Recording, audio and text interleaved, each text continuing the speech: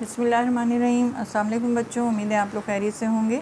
आज class 10th की physics का चैप्टर 12 का ज्योमेट्रिकल ऑप्टिक्स का टॉपिक है रिफ्रैक्शन ऑफ लाइट, जिसको हम आज डिस्कस करेंगे। ये very different from the previous topic, ठीक है, जो हमने डिस्कस किया अब तक। रिफ्लेक्शन था, that was bouncing back of light, ठीक है, इन the same medium when it strikes the other medium, टकरा के वापस सेम मीडियम में आ रही है, दैट वाज रिफ्लेक्शन। अब हम पढ़ेंगे कि एक मीडियम से दूसरे मीडियम में लाइट जब ट्रैवल करती है तो उस फिनोमेना को हम कहते हैं कि वो क्या हो रहा है, रिफ्रैक्शन हो रहा है।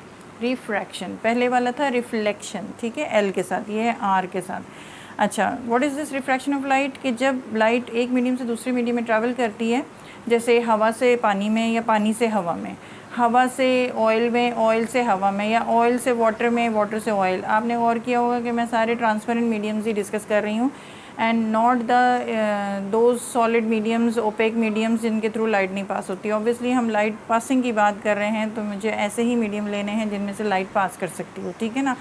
तो उस दौरान क्या होता है कि light does not travel straight, instead it bends from it path, ठीक है ना, इट्स पाथ थोड़ी सी अपनी डायरेक्शन ऑफ मोशन जो है वो चेंज कर लेती है।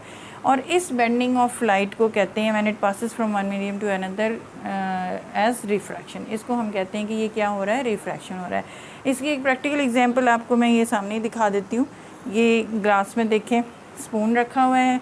ये स्पून एक्चुअल आपको नज़र आ रहा है, लेकिन पानी के अंदर आप देखें कि थोड़ा सा कटा हुआ सा लग रहा है, या उसकी इमेज आपको दूसरी तरफ नज़र आ रही है, ठीक है ना, अलग हुई भी नज़र आ रही है। It is because of the refraction going on, ठीक है ना। तो ये इसलिए कि स्ट्रेट लाइन में जो लाइट रे ट्रैवल कर रही थी फ्रॉम एयर टू वाटर, वो स्ट्रेट लाइन में नहीं, बेंड हो गई है, और जहाँ बेंड हो रही है फिर वहाँ से आपको इमेज नज़र आ रही है, ठीक है।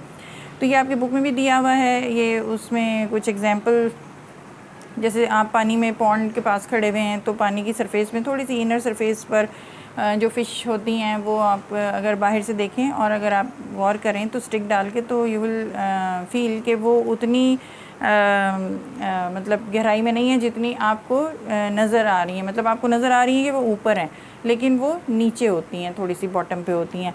तो it is also because of the refraction phenomena. तो ये बेंडिंग ऑफ लाइट को हम कहते हैं कि रिफ्रैक्शन हो रहा है।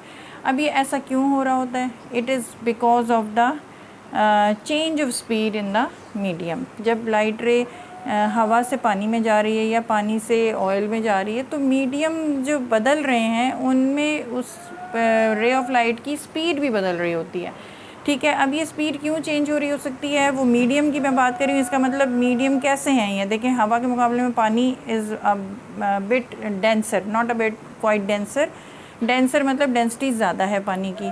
इसी तरह ऑयल की डेंसिटी कुछ और होगी। तो वी सी दैट कि जितना मीडियम बदलेगा उतना ही speed of the light would change and therefore it will change its path also. अब हम यहाँ डिस्कस करेंगे जो आपकी बुक में है कि अगर हम एक ग्लास बॉडी ले लें, ग्लास बॉडी भी एक पर्टिकुलर शेप की ली इन्होंने, वो है क्यूबॉइड शेप की। ग्लास स्लैब लिया, इसका पूरा एक एक्सपेरिमेंट है आपके लैब में, ठीक है, प्रैक्टिकल का।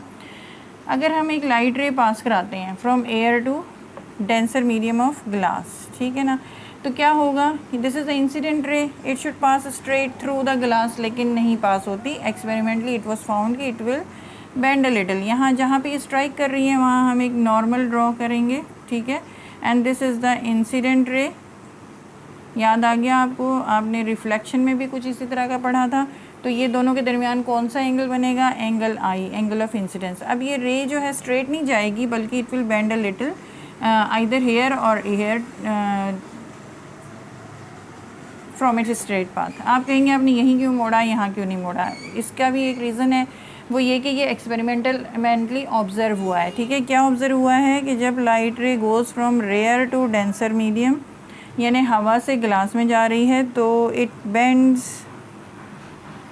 Towards the normal, towards the normal, ठीक है। तो इसलिए मैंने ये वाली बेंडिंग दिखाई और इधर वाली बेंडिंग नहीं दिखाई, क्योंकि इधर बेंड होगी तो ये नॉर्मल से अवे कहलाई जाएगी, ठीक है। तो दिस इज़ द रिफ्रैक्टेड रे, ठीक है ना, ये रिफ्रैक्टेड रे है। And the angle between the refracted रे and the normal is what? Angle of refraction, ठीक है ना। अब आपको ये चीज़ें क्लियर हो गई। अब यहाँ पर यू सी अगेन ये डायरेक्शन वगैरह आपने ज़रूर शो करनी है एरो की कि कहाँ से कहाँ लाइट रे जा रही है, रेयर टू डेंसर। और अगर मैं इससे कहूँ कि डेंसर से रेयर जाएगी तो क्या होगा, ऑब्वियसली डेंसर से रेयर जब जा रही होगी बॉडी तो उसमें जो बेंडिंग हो रही होगी वो कहाँ हो रही होगी, away from the normal, away from the normal. ये छोटी छोटी चीज़ें हैं जो एग्ज़ाम में एमसीक्यूज़ में आ सकती हैं, कंसेप्ट होना चाहिए, ठीक है। अच्छा, अब ये फिनोमेना है, this is the refraction going on.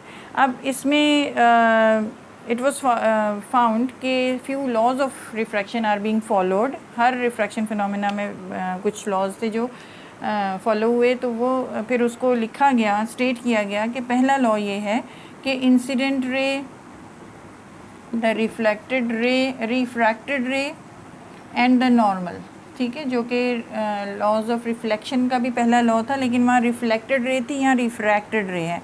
They all lie in same plane, ठीक है, they all lie on in the same plane, ठीक है। दूसरी जो लॉ यहाँ पे पाया गया वो ये कि if you take the ratio of sine of angle of incidence to the sine of angle of refraction, इनका अगर रेशियो लें फॉर अ पर्टिकुलर मीडियम तो it comes out to be a constant quantity, और उसको हम किससे denote करते हैं, एन से डिनोट करते हैं, और इसको हम कहते हैं रिफ्रैक्टिव इंडेक्स। ये refractive index of the second medium जिसमें लाइट रे ट्रैवल कर रही है। जैसे अगर हम इस केस में लें तो ये रिफ्रैक्टिव इंडेक्स ऑफ ग्लास मिलेगा हमें इस तरह से, अगर हमने ये sine i by sine r calculate किया तो, ठीक है। और इस लॉ को क्या और क्या कहते हैं, this second law is also called as Snell's law, given by Snell, ये सेकेंड लॉ जो है, ठीक है ना। तो यहाँ ये छोटी छोटी चीज़ें हैं जो आपने याद रखनी है, not for this article is not for long question.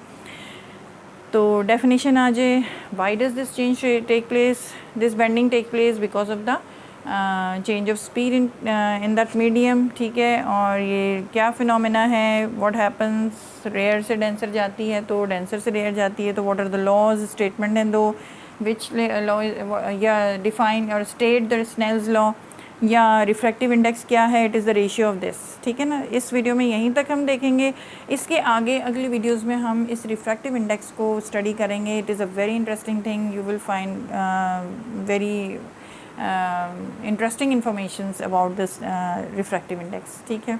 तो अगली वीडियो तक इजाज़त दीजिए, आप लोग अपना ख्याल रखें और चैनल को याद रखें, फ़िज़िक्स पेज, इसको सब्सक्राइब करें, लाइक करें, शेयर करें। अल्लाह हाफ़िज़।